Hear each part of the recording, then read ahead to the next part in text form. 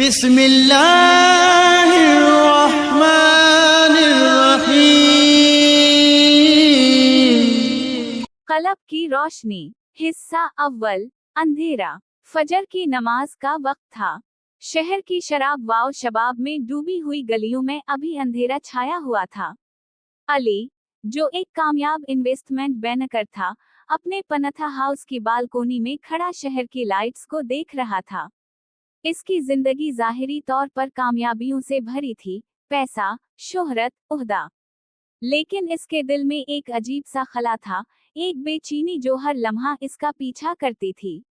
اس کی بیوی، ثنا، اندر کمرے میں سوئی ہوئی تھی۔ ان کی شادی کو 5 سال ہو چکے تھے، لیکن محبت کی جگہ صرف رسمی تعلقات نے لے لی تھی۔ دونوں اپنی اپنی دوڑ میں مصروف تھے۔ علی، تم نے وعدہ کیا تھا آج والدین سے ملنے چلیں گے، ثنا نے کہا۔ تم جانتی ہو آج میری اہم میٹنگ ہے۔ تم خود چلی جانا، علی نے بے رخی سے جواب دیا۔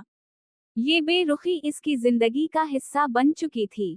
ماں باپ سے ملنے کا وقت نہیں، بیوی سے بات چیت کا وقت نہیں، خود اپنے آپ سے ملنے کا وقت نہیں۔ کام، کام اور صرف کام۔ ایک دن دفتر میں، علی کو پتا چلا کہ اس کا سب سے بڑا کلائنٹ اسے چھوڑ کر کسی دوسری کمپنی کے پاس چلا گیا ہے۔ یہ اس کے کیریئر کے لیے ایک بہت بڑا دھچکا تھا۔ وہ پریشان اور مایوس ہو کر گھر واپس آیا۔ راستے میں، اس نے فیصلہ کیا کہ وہ اپنے گاؤں جا کر کچھ دن آرام کرے گا۔ حصہ دوم، سفر کی شروعات۔ علی کا گاؤں ایک پرسکون جگہ تھی، جہاں اس کے دادا دادی رہتے تھے۔ وہاں پہنچتے ہی اس نے محسوس کیا کہ یہاں کا ماحول شہر سے بالکل مختلف ہے۔ ہوا صاف، پانی میٹھا، اور لوگوں کے چہرے پر اطمینان۔ اس کے دادا، حاجی عبداللہ، ایک بزرگ انسان تھے جن کی عمر کے باوجود چہرے پر روشنی اور دل میں سکون تھا۔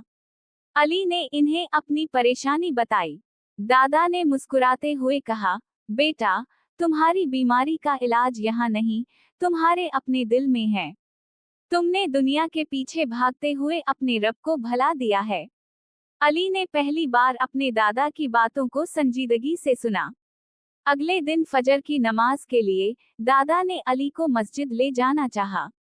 دادا، میں تو سالوں نماز نہیں پڑھی، علی نے معذرت کی۔ تو پھر آج سے شروعات کر دو، دادا نے نرمی سے کہا۔ پہلی بار علی نے مسجد میں قدم رکھا۔ نماز کے دوران، اس کے رونگٹے کھڑے ہو گئے۔ یہ احساس اس کے لیے بالکل نیا تھا۔ حصہ سوم، تبدیلی کا آغاز۔ گاؤں میں قیام کے دوران، علی نے اپنے دادا کے ساتھ وقت گزارنا شروع کیا۔ وہ اسے قرآن پاک کی تلاوت سناتے، نبی کریم صلی اللہ علیہ وسلم کی زندگی کے واقعات سناتے، اور اسلامی تعلیمات کے بارے میں بتاتے۔ ایک دن علی نے پوچھا، دادا، میں اپنی زندگی میں سکون کیسے حاصل کر سکتا ہوں؟ دادا نے جواب دیا، بیٹا، سکون 3 چیزوں میں ہے: اللہ کی یاد میں، والدین کی خدمت میں، اور دوسروں کی مدد میں۔ علی نے سوچا، وہ نہ تو اللہ کو یاد کرتا تھا، نہ والدین کی خدمت کرتا تھا، اور نہ ہی کسی کی مدد۔ اس کی زندگی صرف اپنے لیے تھی۔ اسی دوران، علی کی ملاقات گاؤں کے ایک غریب لیکن پرعزم نوجوان احمد سے ہوئی، جو اپنی بہن کی شادی کے لیے پیسے جمع کر رہا تھا۔ علی نے اس کی مدد کی، اور اس کے چہرے پر جو مسکراہٹ دیکھی، وہ اس نے کروڑوں کے ڈیلز سے بھی نہیں دیکھی تھی۔ حصہ چہارم، آزمائش۔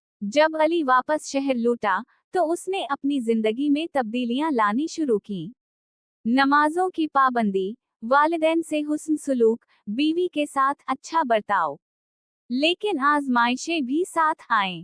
اس کا باس اس پر ناراض ہو گیا جب علی نے ایک غیر اخلاقی کاروباری ڈیل کرنے سے انکار کر دیا۔ کمپنی میں اس کی پوزیشن خطرے میں پڑ گئی۔ ثنا نے بھی شروع میں اس کی تبدیلی پر شک کیا، شاید تمہیں کوئی اور پریشانی ہے، تم اچانک اتنی مذہبی کیوں ہو گئے ہو؟ علی نے صبر سے کام لیا۔ وہ سمجھتا تھا کہ راہ راست پر چلنا ہمیشہ آسان نہیں ہوتا۔ حصہ پنجم، روشنی۔ ایک رات، علی کے والد دل کا دورہ پڑنے سے ہسپتال میں داخل ہوئے۔ ڈاکٹروں نے مایوسی کا اظہار کیا۔